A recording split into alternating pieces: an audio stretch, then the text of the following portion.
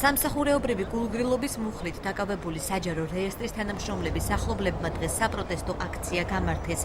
ისინი ამტკიცებენ, რომ დაკავებულებისაგან პროკურატურა დანაშაულის აღიარების მიზნით ფსიქოლოგიურ ზეწოლას ახდენს. ბრალდებულების ადვოკატები აცხადებენ, რომ სამსახურეობრივ გულგრილობაზე სასამართლომ სასჯელის უმაღლესი ფორმა გამოიყენა. მაშინ, როდესაც 8 ამზომველიდან 7 დოკუმენტაციის გაყალბებაზე გირაოს სანაცვლოდ გაათავისუფლა.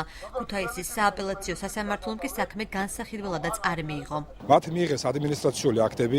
ეს ადმინისტრაციული აქტები ბათილაცნოს ზემდგომა ორგანომ, ანუ თბილისის საჯარო რეესტრის ეროვნულმა სააგენტომ და თუ ზემდგომი ორგანო ბათილაცნობს ქვედა ორგანოს ადმინისტრაციულ აქტს, ეს არ ითვლება დანაშაულად. აღსანიშნავია ის ფაქტი, რომ სასამართლომ გირაოს სანაცვლოდ გათავისუფლებაზე უარი რეესტრის კიდევ ერთ თანამშრომელს ეკატერინე ქარცივაძესაც უთხრა.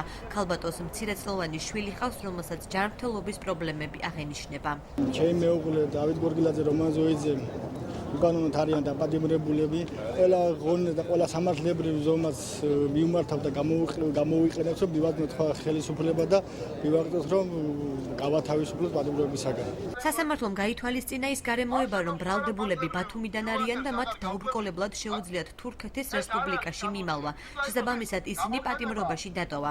გარემოებამ არასამთავრობო სექტორის აღშფოთება გამოიწვია. ისინი ფაქტს დისკრიმინაციად აფასებენ და თვლიან, რომ მიდგომა აჭარის მაცხოვრებლებს სხვა რეგიონის მკვიდრებთან არათანაბარ მდგომარეობაში აყენებს. საქმე გვაქვს შერჩევის სამართალთან, რამდენადაც იგივე ბრალდების გამო რამდენიმე ადამიანი ახმეტი ღონისძიების გარეშე პატიმრობის გარეშე დატოვეს, ესენი დააპატიმრეს და რა ძალიან სამწუხაროა, ხო ადგილი აქვს ბათუმლობის გამო დისკრიმინაციას. ეს არის დაუშვებელი. ანუ პირდაპირ დოკუმენტებს შემითვალეთ ნახე, ხო?